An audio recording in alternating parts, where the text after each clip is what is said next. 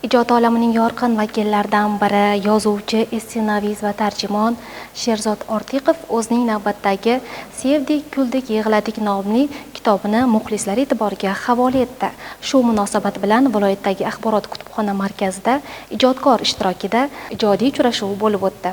Taqdimotda markaz xodimlari, shoirning muxlislari, shogirdlari, yaqin insonlar ishtirok etdi. So'z olganlar dastlab yozuvchi hayoti va ijodiga to'xtalib, bugungi kun uchun ijodkorning asarlari ahamiyati borasida so'z yuritdilar. Kitobdagi to'plamlar mavzusiga e'tibor qaratdilar. Shundan so'ng yozuvchining o'zi so'z olib, to'plam mazmun mohiyatiga, uning nomiga, yozuvchi maqsadiga batafsil to'xtaldi.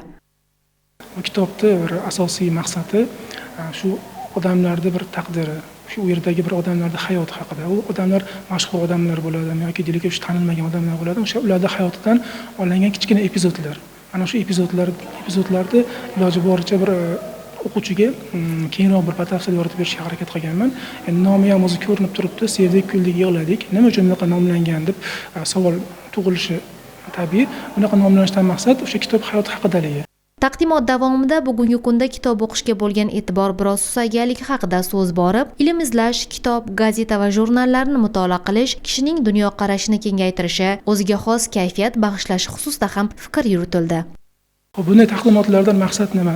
Albatta, birinchi navbatda yoshlarni, hozirgi mana bu yoshlarni kitobga jalb qilish, kitobga ularda mehr uyg'otish, kitobga bir muhabbat uyg'otish. Biz bilamizki, har bir millatni kelajagini, taraqqiyotini, ravnaqini negizida, zamirida kitob qatlang o'tadi. Bunday tadbirlar albatta millatni yoshlarini o'zini bir shaxs sifatida gavdalantirish uchun, yetuk bir barkamol shaxs sifatida bir jamiyatda bir o'zini mavqeiga ega bo'lish uchun bir xizmat qiladi deb o'ylayman. Kitob maslahatchi, sadoqatli hamroh, eng yaqin do'st va bebaho boylik hisoblanadi. Ishonamiz, Sherzod Ortiqovning Sevdik, kuldik, yig'ladik nomli esse va hikoyalar to'plami ham o'quvchilarning eng sevimli kitoblari orasidan joy egallaydi.